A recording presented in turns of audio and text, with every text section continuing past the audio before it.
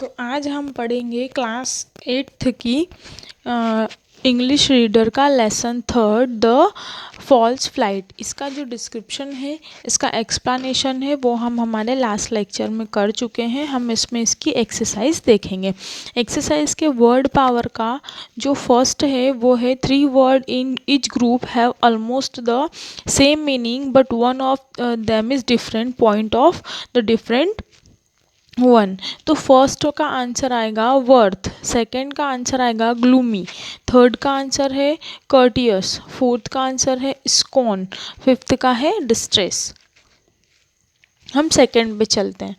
Second है हमारा here are some word showing reactions, right plus for positive reaction and minus for negative reaction.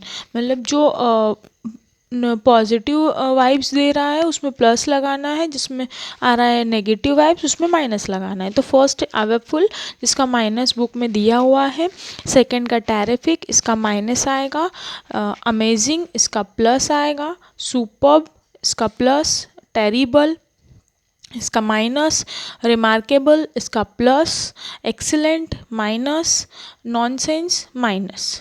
ठीक है, उसके बाद हम क्वेश्चन आंसर्स पे आते हैं। Answer the following questions. First question है हमारा what was Sheikh Chilli's plan, मतलब शेख चिली का प्लान क्या था। इसका आंसर हम देखेंगे पेज नंबर 14 पे।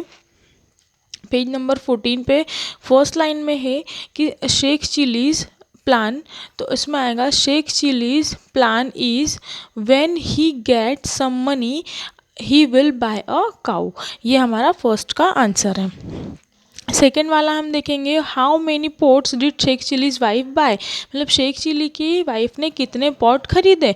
तो इसका आंसर आएगा Sheikh Chilli's wife is buy 5 pots, मतलब शेख चिली की जो वाइफ है उन्होंने 5 पोर्ट्स खरीदे थे। Why did she buy an extra pot, उन्होंने एक एक्स्ट्रा पोर्ट क्यों खरीदा था।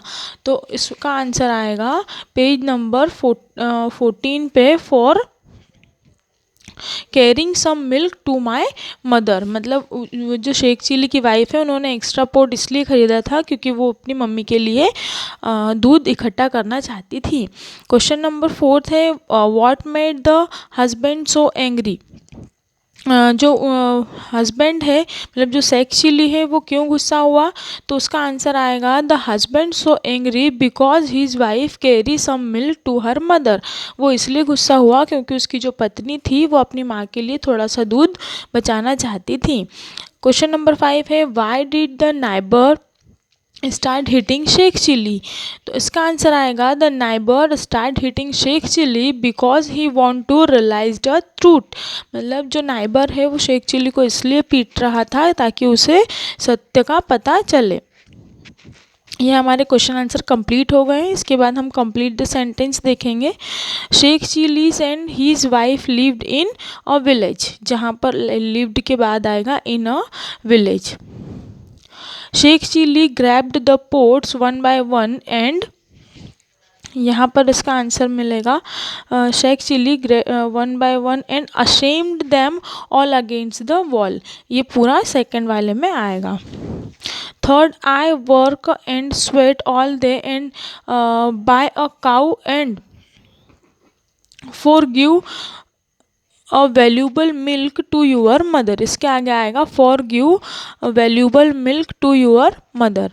नेक्स्ट है I have been planning it for month and your cow.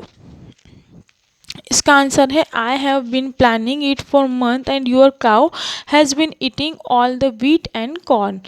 इसका जो स्टेटमेंट है वो यहाँ से कंप्लीट होगा। तो ये हमारी जो एक्सरसाइज है चैप्टर नंबर 3 की द फॉल्स फ्लाइट की, वो यहाँ पर कंप्लीट होती है। और इसका जो एक्सप्लेनेशन है, इसका जो हिंदी अनुवाद है वो मैं आपको पार्ट फर्स्ट में पहले पढ़ा चुकी हूँ।